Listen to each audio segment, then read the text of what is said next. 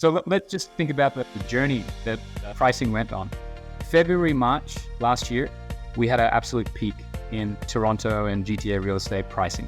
A detached home in Toronto was at $2.1 million. This year, January, that same property or that average was at 1.4 million, a huge drop. In May, it was at 1.9 million. Wow.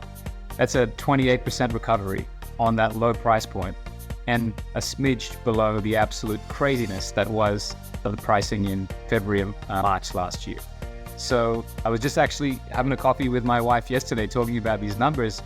And in the stock market, they talk about these price points of resistance and support.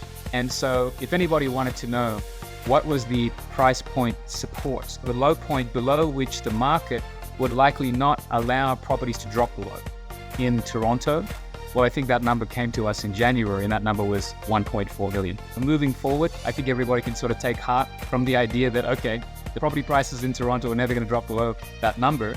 And in my humble opinion, I don't think we're going to get anywhere near that number.